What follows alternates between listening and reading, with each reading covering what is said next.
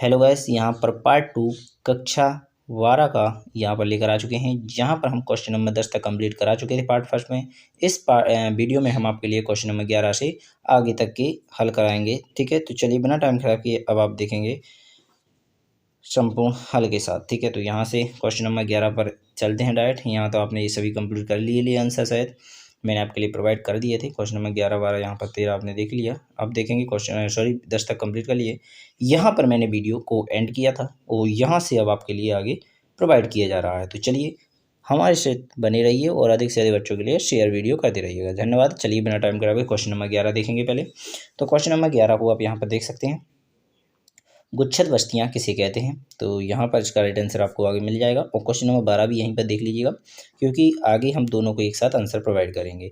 जल संभर प्रबंधन से क्या आशय है। तो इस प्रकार आपको क्वेश्चन नंबर 11 का आंसर यहाँ पर स्क्रीन पर दिख रहा होगा, तो इसे अच्छी तरह से कंप्लीट कर लीजिएगा। इसके बाद आता है क्वेश्चन नंबर 12। तो ये रहा आपका क्वेश्चन नंबर 12 का आंसर, तो इसे भी आप अच्छी तरह से कंप्लीट कर सकते हैं। अब आता है क्वेश्चन नंबर 13 और 14। तो इन दोनों को अच्छी तरह से पढ़ लीजिएगा, बेहतरीन तरीके से स्क्रीनशॉट लेकर रख लीजिएगा और इनके बाद मैं आपके लिए इनके आंसर भी प्रोवाइड करने वाला हूं। तो ये रहा क्वेश्चन नंबर 13 का आंसर। तो आप जितना अच्छी तरह से देखेंगे आपको समझ में आ जाएगा। इसके बाद आता है क्वेश्चन नंबर 14 का। तो यहाँ पर 14 के लिए माफ़ी चाहूँगा, क्योंकि ज़्यादा झूम करने बड़ा लेने के कारण दिख नहीं रहा है, तो आप इसे खुद कंप्लीट कर सकते हैं। कुछ नहीं है, आपको यहाँ पर अच्छी तरह से थोड़ा थोड़ा बता देता हूँ।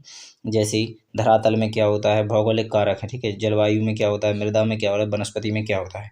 इसी प्रकार मानवीय कारण हो जाएंगे, कृषि है, जैसे नगरीकरण है, औद्योगिकरण है, परिवहन है, राज्य केंद्र कारक है। इस प्रकार आप इनको अच्छी तरह से कंप्लीट में लिखना है कुछ, तो आप अपने हिसाब से लिख लीजिएगा। ठीक है, तो दिख नहीं रहा है इसलिए माफ़ी चाहूँगा। इसके बाद क्वेश्चन नंबर 15 और 16 आपकी स्क्रीन पर दिख रहे होंगे। तो इन दोनों क्वेश्चनों को अच्छी तरह से देख लीजिए, पढ़ लीजिएगा। इसके बाद मैं इनके आंसर आपके लिए प्रोवाइड करने वाला हूँ। अगर आप चाहें कि हम अपने क्वेश्चन लिखना चाहते हैं तो अपने हिसाब से भी लिख सकते हैं। ये रहा आपका क्वेश्चन नंबर 15 का आंसर। तो आपकी स्क्रीन पर आपको अपना 15वां क्वेश्चन मिल चुका होगा। तो आशा करूँगा आपको यह समझ में आ चुका होगा। चलिए बिना टाइम खराब किए मैं क्वेश्चन नंबर 16 को देखूंगा। तो ये रहा आपकी स्क्रीन पर क्वेश्चन नंबर 16 का आंसर। तो आशा करूँगा यह भी आपको अच्छी तरह समझ में आ गया होगा। चलिए क्वेश्चन नंबर 16 के बाद आता है क्वेश्चन नंबर प्रश्न 17, 18। तो प्रश्न 17, 18 को देख लीजिएगा। इसके बाद मैं अच्छी तरह से इन दोनों के आंसर भी प्रोवाइड करने वाला हूं। तो जल्दी से आपने क्वेश्चनों को नोट कर लिया होगा। चलिए अब मैं आपके लिए क्वेश्चन नंबर 17 का आंसर प्रोवाइड करता हूं। तो ये आपकी स्क्रीन पर क्वेश्चन नंबर 17 का आंसर प्रोवाइड किया गया है। तो इसे अच्छी तरह से देख लीजिएगा। कोई भी डाउट हो तो बिना टाइम ख़राब किए अच्छी तरह से पूछ सकते हैं। बिल्कुल साफ और बेहतरीन तरीके से मैंने आपके लिए जितना हो सका उतना प्रोवाइड किया है, और अगर आपको फिर भी समझ में ना आए तो आपसे माफ़ी चाहूँगा। धन्यवाद। बिना टाइम ख़राब किए मैं आपकी क्वेश्चन नंबर 17 के बाद 18 को दिखाऊँगा। तो ये रहा आपका 17 के बाद क्वेश्चन नंबर 18 का आंसर। तो इसे भी आप स्वेज एवं पनामा नहर में अंतर, तो इस प्रकार आप इसे भी कंप्लीट कर लीजिएगा। आशा करूँगा यह क्वेश्चन आपको अच्छी तरह समझ में आ रहा होगा। तो इसके बाद आपका क्वेश्चन नंबर 18 के बाद आता है क्वेश्चन नंबर 19। तो ये रहा आपकी स्क्रीन पर क्वेश्चन नंबर 19। तो इसे भी आप अच्छी तरह से कंप्लीट कर लीजिएगा। इसके बाद इसका 19 का अथवा यहाँ पर आपको दिया गया है। अब बस इन्हीं को कंप्लीट करना है। तो चलिए एक एक करके इन सभी को क्वेश्चन नंबर को देख लेते हैं। तो यहाँ पर आपको क्वेश्चन नंबर 19 का आंसर बताया गया है, तो आप यहाँ पर देख लीजिएगा। 19 का जैसे यहाँ पर भरने को दिया गया था, जैसे ऑस्ट्रेलिया पार महाद्वीपीय रेल मार्ग कहाँ पर है, कोलोन में लंदन समुद्र मार्ग कहाँ पर है, डरबन कहाँ पर है, पनामा नहर कहाँ पर है, गहन निर्वाह कृषि क्षेत्र कहाँ पर है। इस प्रकार आपको दिए गए थे। तो यहाँ पर संपूर्ण कंप्लीट कराए गए हैं। जैसे लंदन की जो मार्ग हो जाता है, न्यूयॉर्क से गया है, मुंबई हो जाएगा, यहाँ पर सिंगापुर है, पर्थ है, यहाँ पर एडिलेड है, यहाँ पर पूरा विश्व है। ठीक है, वर्ल्ड का मैप दिया गया है जी, विश्व का। आपका अगर भारत पूछा जाए तो ये मुंबई दिख रहा होगा, यहाँ पर आपका जी भारत हो जाएगा। ठीक है, तो चलिए अब आपके लिए क्वेश्चन नंबर 19 आपने अच्छी तरह से कंप्लीट कर लिया। अब मैं आपको अगला क्वेश्चन नंबर 20 लेकर आ चुका हूँ। तो चलिए क्वेश्चन नंबर 20 को भी अच्छी तरह से देखिएगा और इसको अच्छी तरह से, जैसे देखो 20 का ऊपर है और नीचे इसका अथवा का भी दिया गया है, तो यहाँ पर आपको दिख रहा होगा। तो चलिए क्वेश्चन नंबर 20 का भी कंप्लीट करेंगे। तो ये आपका 20वीं क्वेश्चन का आंसर हो जाएगा। तो यहाँ पर भी 20वें में भी यही पूछा गया था, जैसे सबसे अधिक चाय उत्पादन क्षेत्र कौन सा है, तो चीन हो जाएगा। तो यहाँ पर आपको चीन का नेक्स्ट दिखाया गया होगा, ये आपका चीन हो जाता है। ठीक है, यहाँ पर आपको प्रोवाइड हो जाएगा।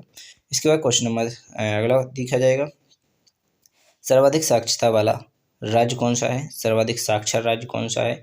अब ये भारत में पूछा गया है, आप समझते हैं। उत्पादक क्षेत्र कौन सा है, सबसे अधिक चाय उत्पादक क्षेत्र चीन माना जाता है, वह केरला है। ठीक है, इसके बाद सर्वाधिक साक्षर देश राज्य कौन सा है, तो वो भी आपका केरल ही है, आप इतना ध्यान रख लीजिएगा। इसके बाद क्वेश्चन नंबर पूछा गया है, इंदिरा गांधी नहर कहाँ पर नहर है आपको दिखाई गई है, तो यहाँ पर आप इंदिरा गांधी नहर भी देख सकते हैं। ठीक है, तो ये आपका 20वीं का आंसर हो जाएगा। तो इसमें आप अच्छी तरह से संपूर्ण क्वेश्चनों को अच्छी तरह से देख सकते हैं। तो यहाँ पर आपने क्वेश्चन नंबर 20 पूरा दिया गया था, इनमें आपको यहाँ से कंप्लीट करना था। तो ये रहा आपका 20 का क्वेश्चन। इसके बाद यहाँ पर आपके राइट आंसर हो चुके हैं। तो यहाँ पर आपने इस वर्ल्ड कप में इस प्रकार बनाया गया है, इसमें आप ढूंढ कर इनके आंसर दे सकते हैं। कहाँ पर है, तो केरल आपका यहाँ पर है। तो इसमें आपको अधिक चाय होती है यहीं पर, और यही सबसे ज़्यादा लिखा यानी साक्षरता वाला राज्य है। और यही से आप जो चाहें क्वेश्चन आंसर और भी हैं जैसे, तो इनको भी आप यहाँ पर कंप्लीट कर सकते हैं। इंदिरा गांधी नहर आपकी कहाँ से प्रारंभ हुई है, तो यहाँ पर बनाएंगे। इसके बाद मुंबई हाईवे कहाँ है, तो यहाँ पर मुंबई हाईवे आप देख सकते हैं। इसमें जैसे मुंबई है, मुंबई हाईवे देख सकते हैं कौन सा है, 4A पूर्व इस प्रकार। इसके बाद क्वेश्चन नंबर 11, रानीगंज कोयला खान कहाँ पर है, यहाँ इसके बाद चेन्नई कहाँ पर है, यहाँ पर लोहे इस्पात खान कहाँ पर है, खनिज वाला मुंबई कहाँ पर है। इस प्रकार जो भी आपसे पूछे जाएँ तो इनको आप अच्छी तरह से जितना हो सके कंप्लीट कर लीजिएगा। ये रहा आपका अच्छे था क्वेश्चन नंबर 20 का आंसर। तो आशा करूँगा आपको यहाँ पर दिख रहा होगा। तो यहाँ पर तीनों को बता भी गया है, दिया गया है कौन सा कहाँ पर है। तो चलिए बिना टाइम खराब के नेक्स्ट वीडियो में प्रोवाइड करेंगे, जहाँ पर हम और भी पेपर जितने आप रह चुके हैं उनका भी सोल्यूशन लेकर आने वाले हैं। तो धन्यवाद, बिना टाइम खराब किए आपको इस पेपर का पूरा संपूर्ण 20 क्वेश्चनों का कंप्लीट करा दिया गया है। आगे की जितना भी जो जानकारी वो हम आपके लिए नेक्स्ट वीडियो में प्रोवाइड करते रहेंगे ऐसे ही इसी प्रकार। धन्यवाद, बिना टाइम खराब अगली वीडियो में मिलेंगे। भारत माता की जय, जय हिंद।